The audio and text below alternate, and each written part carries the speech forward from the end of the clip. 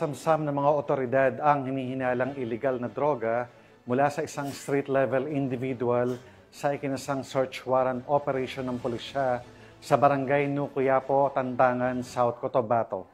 Nakibalita riyan si Patrolwoman Vina Morales. Samsam ng mga otoridad ang illegal na droga sa isang street-level individual sa isinagawang search warrant operation sa Purok Masagana, Barangay Lambunaw, Tantangan, South Cotabato, nito lamang Agosto taong kasalukuyan. Kinilala ng Tantangan Municipal Police Station ang suspect na si alias Alog, na sa wastong gulang, walang trabaho at residente ng nasabing lugar.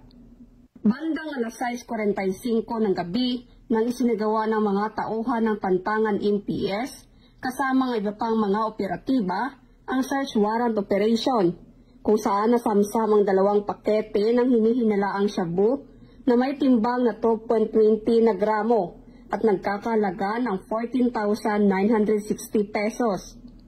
Kasalukuyang nasa kustudiya ng Tantangan MPS ang suspect at mahaharap sa kasong paglabag sa RA 9165 o Comprehensive Dangerous Drugs Act of 2002.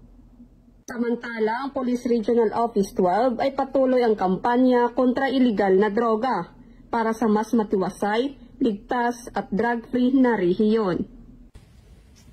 Mula dito sa General Santos City, ako ang inyong PNN correspondent, Patrolwoman Vina Morales, alagad ng batas, tagataguyod ng Balitang Pulis.